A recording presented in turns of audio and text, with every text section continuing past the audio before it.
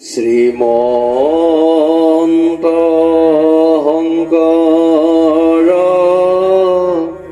হৰি ভকতৰ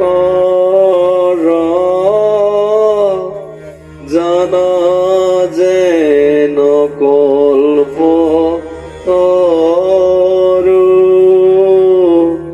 তাহান্ত বিনাই নাই নাই নাই আমাৰ পৰম গুৰু এৰাম তাহান্ত বিনাই নাই নাই নাই আমাৰ পৰম গুৰু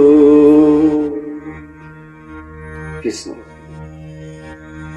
মংগলাচৰণ আৰু ঋষি প্ৰশ্ন। সেই প্ৰভুসকল মংগলাচৰণ কৰিছে আৰু মংগলাচৰণে হৈছে মংগলযোগ আচৰণ।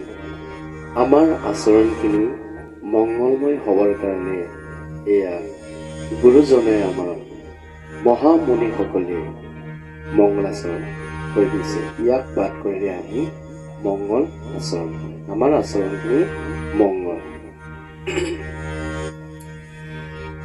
ৰাম ৰাম ৰাম জয় জয় কৃষ্ণ কৃপাময় মহেশ্বৰ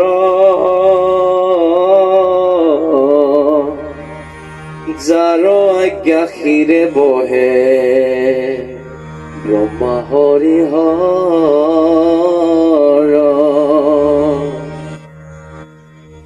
মৎস্য কুৰ্ম আদি অংশ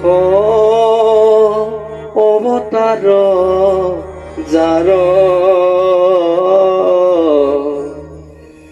ঈশ্বৰ কৃষ্ণক কোটি কোটি নমস্কাৰ।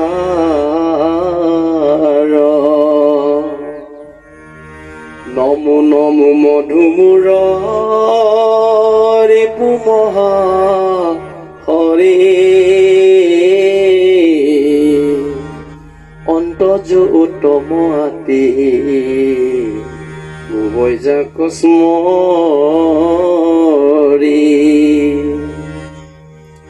সমস্ত জগতক উদ্ধাৰ যাৰ নাম হেনয় কৃষ্ণক কৰো সহস্ৰ প্ৰণাম। হৰি ৰাম ৰাম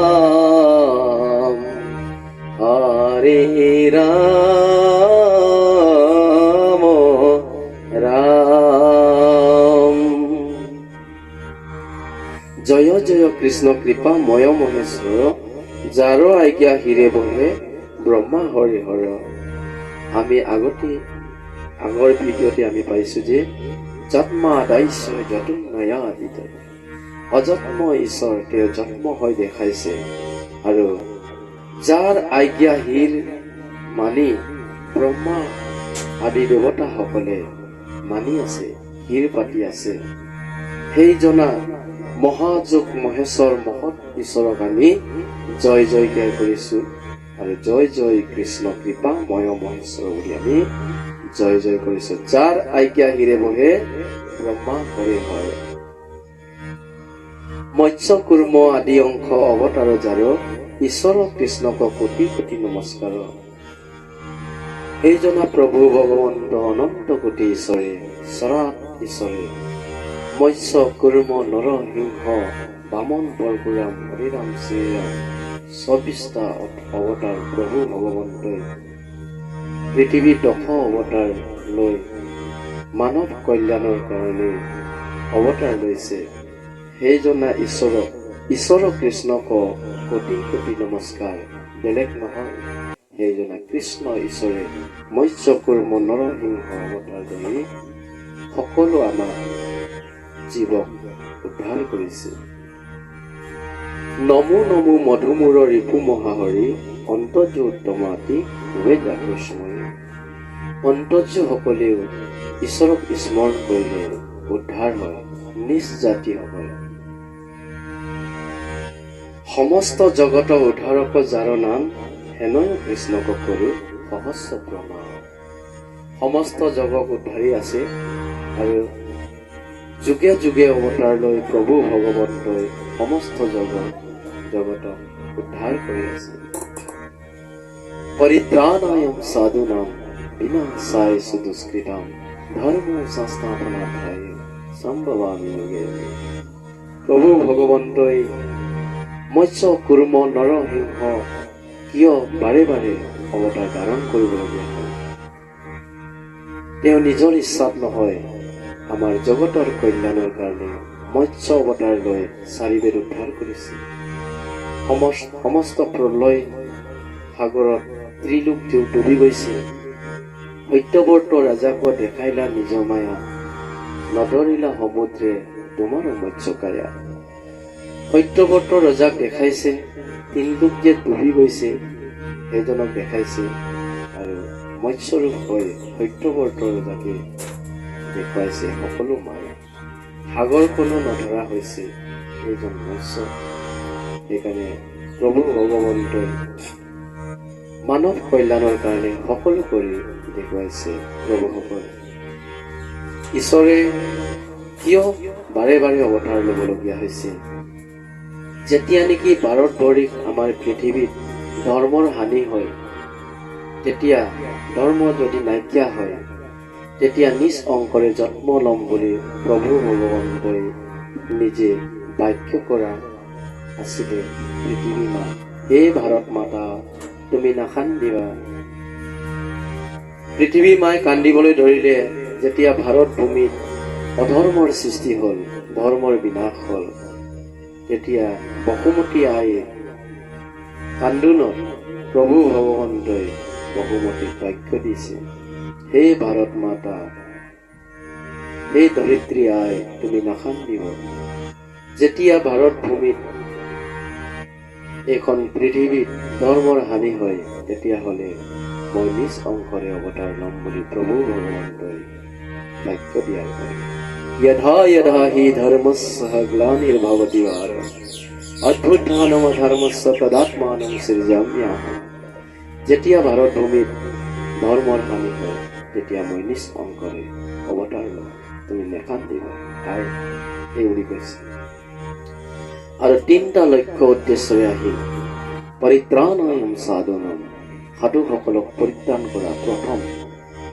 বিনাশায় দুষ্কৃতাম, আৰু দুষ্কৃতিসকলক বিনাশ কৰা দ্বিতীয়তে।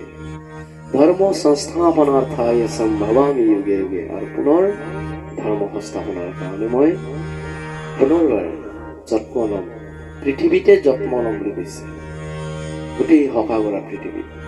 সেইকাৰণে প্ৰভুসকল, আমি হিন্দু সনাতনৰ ধৰ্মৰ কিছুমান আমাৰ নীতি আছে, কথা আছে, আলোচনা আছে যে ভাৰতবৰ্ষত প্ৰভু ভগৱন্তই শ্ৰীৰাম হয়, কৃষ্ণ হয় জন্ম ল'লে। আৰু এনে এখন ভাৰতবৰ্ষ বাহিৰতো এনেকুৱা দেশ আছে। কি জানি প্ৰভু ভগৱন্তই বেলেগ দেশতো জন্ম ল'বলগীয়া হৈছে পৰিত্ৰাণ দিবৰ কাৰণে। বেলেগ দেশতো দুষ্কৃতি হৈছে, অধৰ্মৰ সৃষ্টি হৈছে, ধৰ্মৰ বিনাশ হৈছে। পুনৰ ধৰ্ম সংস্থাপনৰ কাৰণে প্ৰভু ভগৱন্তই অৱতাৰ লৈছে নেকি? বেলেগ বেলেগ জেগাতো, বেলেগ বেলেগ দেশতো প্ৰভু ভগৱন্তই অৱতাৰ নিশ্চয় লৈছে।